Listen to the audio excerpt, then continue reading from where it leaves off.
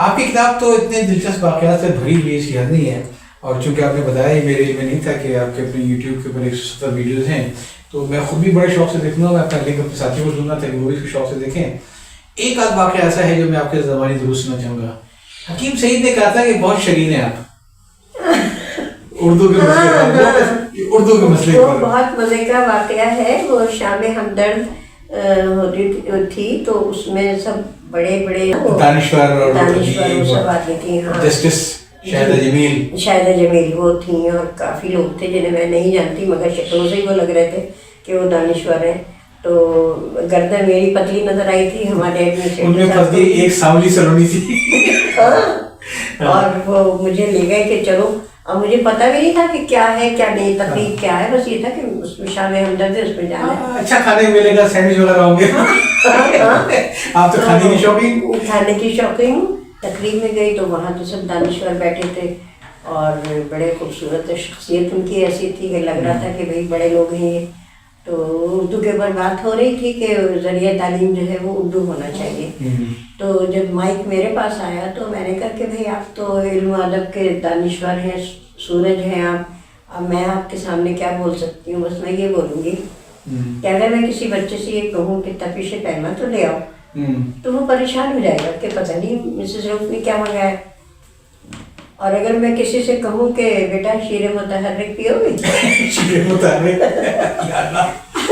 تو وہ حیران ہوگا کہ کیا.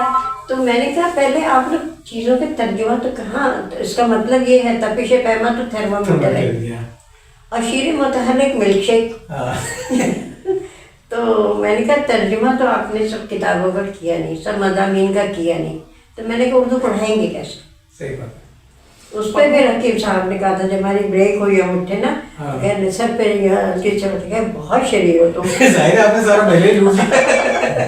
تو آپ کی زندگی بڑی دلچسپ رہی ہے، اور مجھے آپ کی جو دوسری کتاب ہے جو بھی میں اس کو، کیونکہ دیکھیے پہلے 3 کتابوں کا آپ نے کہا تھا کہ میں واپس لے لوں گی تو وہ تو میں نے تیزی سے پڑھ لی.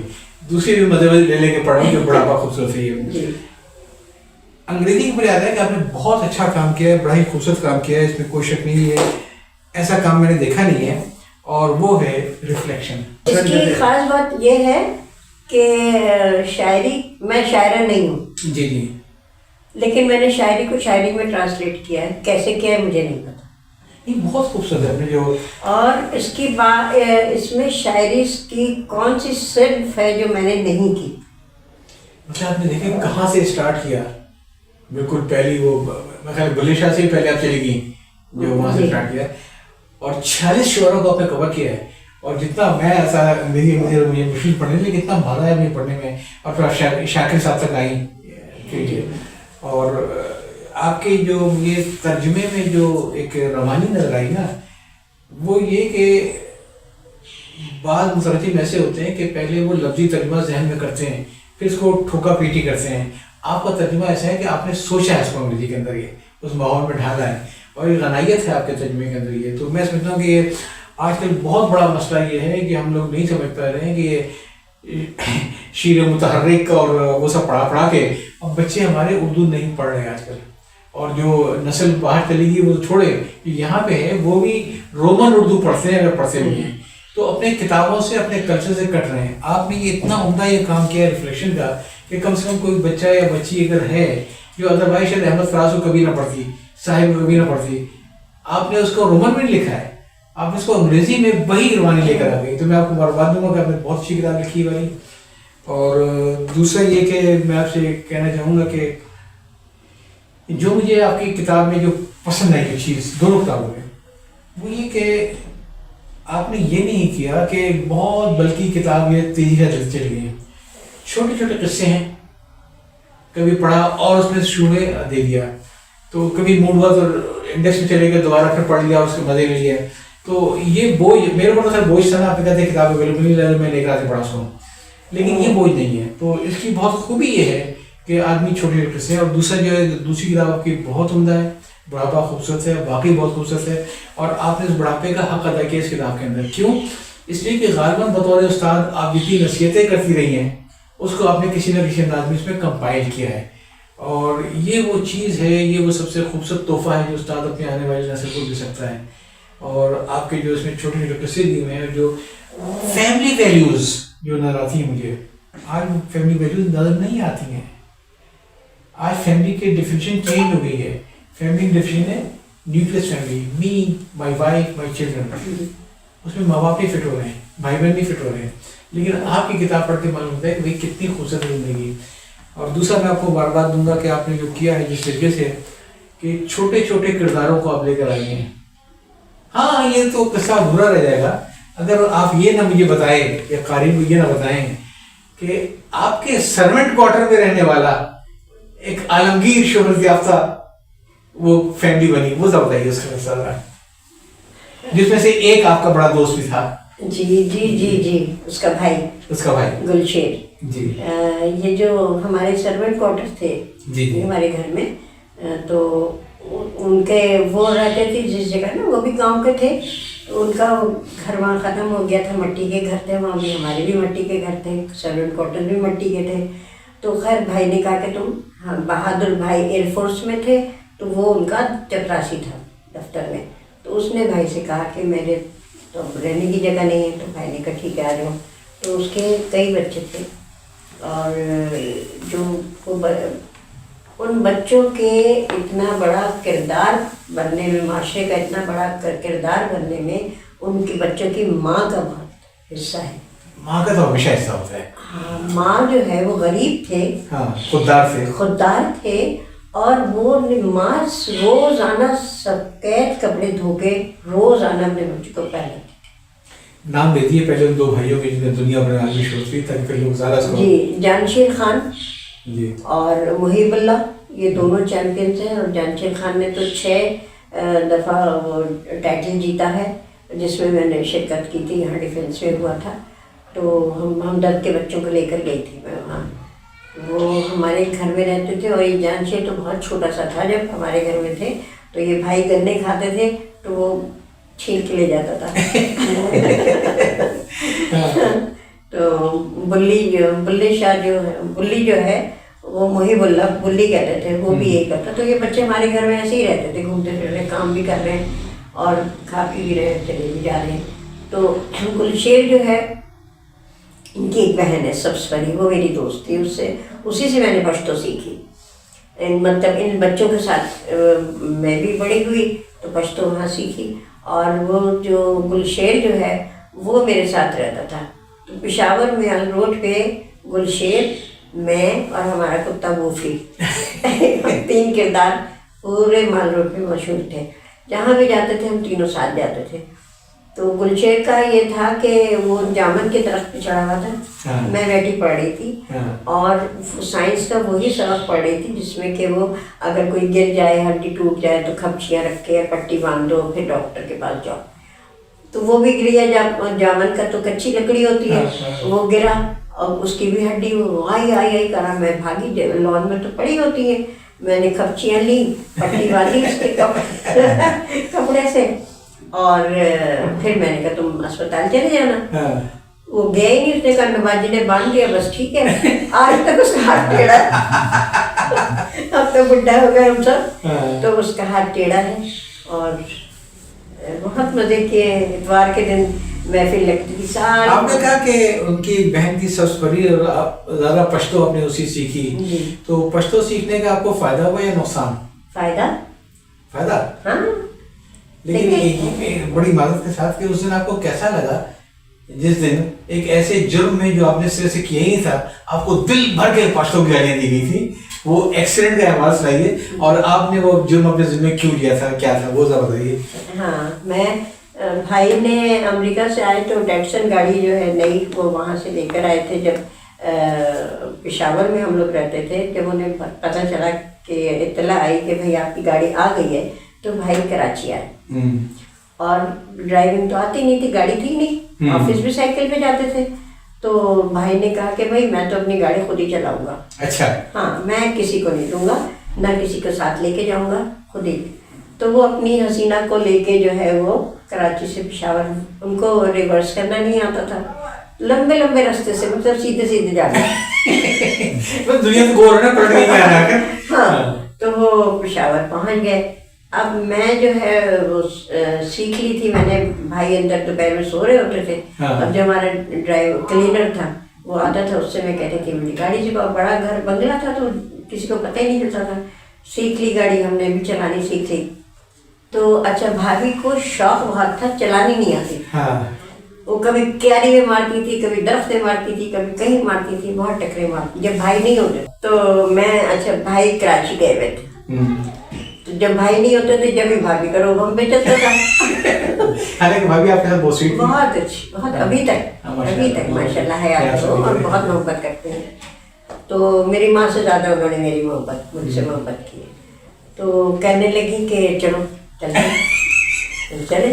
اچھا اس وقت ہماری وہ تھی, اس وقت بھائی نے کئی گاڑیاں بدلی تھی, ایک واکس, اس کے بعد واکس والی, جو کئی گاڑیاں بدلی. تو اس وقت وہ جو گاڑی جو ہم چلا رہے تھے وہ تھی فورڈ, وہ موٹی سی ہے نا, کالے رنگ کی موٹی سی گاڑی جس کا بریک بھی خراب تھا, جس کا گیئر بھی صحیح نہیں تھا, جس کا ہارن بھی نہیں بجتا تھا, وہ گاڑی.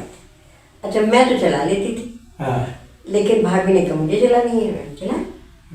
اب ہم گئے مان لو تو اتنا رش بھی نہیں ہوتا تھا, سیدھے سیدھے گئے. واپس ہم آ رہے تھے ادھر سے ایئرپورٹ کی طرف سے.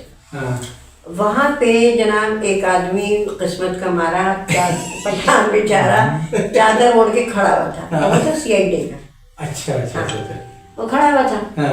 اب بھابھی نے جو گاڑی چلوائی, بھابھی سنبھل کے بھابھی تو ایسا سنبھلی کے جا کے اسی کو مارا, اور مار کے پھر وہ ہاتھ میں حواس وہ ہو گئے ان کے. وہ گاڑی جا کے ٹکرائی کہاں, گارڈ روم کی دیوار پہ. اچھا میں کسر کو چھوڑی نہیں. اب میں نے کہا یہ تو بہت غلط ہو گیا. اچھا وہ آدمی بھی گر گیا. اب میں نے کہا بھابھی آپ اس سیٹ پہ آ جائیں, میں اس سیٹ پہ آ. آپ نے وہ اپنے سر لیا, جی ٹھیک ہے, جبکہ آپ کو معلوم تھا کہ اسے کیا نتیجہ نکل سکتا ہے. وہ کیوں سا ایسا کیا؟ تو اسی لیے کہ بھابھی کے تو 4 بچے ہیں. اگر پھانسی ہو گئی مجھے, مطلب میں تو پھانسی تک پہنچ گئی تھی. مجھے پھانسی ہو گئی تو خیر ہے, کوئی بات نہیں, میں ہی جاؤں گی. بھابھی کو اگر کچھ ہو گیا تو پھر بچے کون پالے گا. صحیح بات ہے. تو وہ میں نے اپنے لے لیا. اچھا گھر آ گئے, ہمارے بابو جی بھی تھے, سب ریکارڈ روم والے بھی آ گئے, سب آ گئے, کیا ہوا کس طرح. پھر انہوں نے کہا دیکھیں یہ اس کو اسپتال سے لیڈی ریڈنگ اسپتال لے کر گئے تھے, وہاں سے اس کے واپس لائے تھے. وہ بیچارہ چادر میں لپٹا ہوا, شکر ہے کوئی خراش نہیں آئی تھی, کوئی ہڈی نہیں ٹوٹی. جو چادر تھی نا اس میں لپٹ گیا, وہ اس کی بچت ہو گئی, شکر الحمدللہ. تو ان کا آپ اس سے جا کے معافی مانگ لیں تو پھر آپ کی بچت ہے. ٹھیک, ہم سوزوکی میں چڑھ گئے, وہ لیٹا. پھر جو اس کو جتنی بھی گالیاں آتی تھی, اس کو یہ مانتا ہے کہ آپ کو پشتو آتی ہے؟ نہیں مانتا. گالیوں کا مزہ جو اپنی زبان میں, مادری زبان میں کسی میں نہیں ہے, بقول یوسف صاحب کے گالی کرنا. بالکل. تو اس نے آپ نے بھی رچ کے گالیاں سنی پشتو میں, الحمدللہ, کبھی غرور نہیں کیا. تو معافی مانگی, معافی میں مانگتی رہی, اس کی گالیاں دینا جائز تھا. تو بیچارہ اتنی تکلیف میں تھا. صحیح بات ہے. بس اللہ نے کرم کیا, ہم پہ کرم کیا کہ اسے کچھ ایسی خراش نہیں آئی, ہڈی نہیں ٹوٹی. وہ موٹی گاڑی تھی نا, اس کے بیچ میں آ گیا وہ. صحیح. تو پہیا نہیں چڑھا, اس کے اوپر کچھ نہیں ہوا الحمدللہ. تو یہ تھا. اچھا مزے کی بات یہ کہ پھر بھابھی کو تو مجھے نہیں پتا بھائی نے سنائی یا نہیں سنائی, لیکن انہوں نے مجھے فون پہ کراچی سے بہت سنائی. اچھا. اب مجھے بڑا میرا دل دکھا کہ میں نے تو مدد کی, اور میری مدد کو اپریشیٹ کرنے کے بجائے مجھے گالیاں پڑ رہی ہیں, پشتو میں بھی پڑ رہی ہیں, اردو میں بھی پڑ رہی ہیں. تو بس پھر اس سے میرا بہت دل ٹوٹ گیا. پھر میں نے بھائی کی گاڑی کو, میں نے کہا اب تمہاری گاڑی کو میں ہاتھ نہیں لگاؤں گا. وہ پھر میں نے نہیں لگائی. ایک چیز بتائیے کہ اس وقت آپ کے ذہن میں تھا کہ بھابھی شادی شدہ ہیں, اگر پھانسی چڑھ جاؤں کوئی مسئلہ نہیں ہے, ان بچوں کیا ہوگا. تو اس وقت آپ کے ذہن میں یہ خیال بالکل نہیں ہے کہ میری تو بھی شادی بھی نہیں ہوئی ہے. مطلب ایک سوال ہے نا, میری تو بھی شادی ہے. تو سفر نمبر 61 کھولیں اور مجھے بتائیں کہ جب بچھو والا قصہ کہ آپ کو جو غم تھا کہ میری تو بھی شادی نہیں ہوئی. یا اللہ, ابھی تو میری شادی بھی نہیں ہوئی. میں کئی دفعہ ذکر کر چکی ہوں کہ ہم جس بنگلے میں رہتے تھے وہ مٹی کا بنا ہوا تھا, اور ایک ایک گز چوڑی دیواریں، بڑے بڑے کمرے، روشن دان اتنے بڑے کہ 2 آدمی آرام سے روشن دان میں بیٹھ جائیں، آرام سے بیٹھ سکتے ہیں۔ دروازے اتنے بڑے کہ ہاتھی گزر جائے۔ اس میں کوئی مبالغہ نہیں ہے، پہلے اس طرح کے ہی گھر بنائے جاتے تھے کہ دلہن کی ڈولی اور میت کی ڈولی آرام سے دروازے سے گزر کے نکل سکے، دروازے سے گزر سکے۔ مٹی کے صرف غربا کے ہی نہیں بلکہ عمرہ کی کوٹھیاں بھی اسی طرح ہوتی تھیں، موسم کے حساب سے جی، وہ موسم کی شدت سے بچاؤ تھا۔ مٹی کے گھر سردیوں میں گرم اور گرمیوں میں ٹھنڈے ہوتے ہیں۔ برآمدہ، صحن، دالان اور پھر فاصلے سے ملازمین کے لیے بنائے گئے مٹی کے کمرے، کھپریل کی چھتیں اور گھر کے چاروں طرف وسیع لان جس میں لگے پھول اور رنگ اور خوشبو بکھیرتے اور ہری گھاس آنکھوں کو تراوٹ بخشتی۔ اس زمانے میں گٹر کے پانی سے لان کو سیراب نہیں کرتے تھے، اس لیے صبح کو شبنم پڑی گھاس پر ننگے پاؤں پر چہل قدمی سر سے پیر تک تازگی دوڑ چڑھتی تھی۔ آئیے اب میں بتاتی ہوں کہ آگے کیا ہوا۔ ہمارا نکاح ہو چکا تھا، یہ بات ہے 1970 کی۔ میں ظہر کی نماز پڑھ رہی تھی، اچانک ایک کالا بچھو تیزی سے اپنی طرف آتا ہوا نظر آیا، جانماز سے کچھ فاصلے پر تھا۔ دل دھک سے ہو گیا۔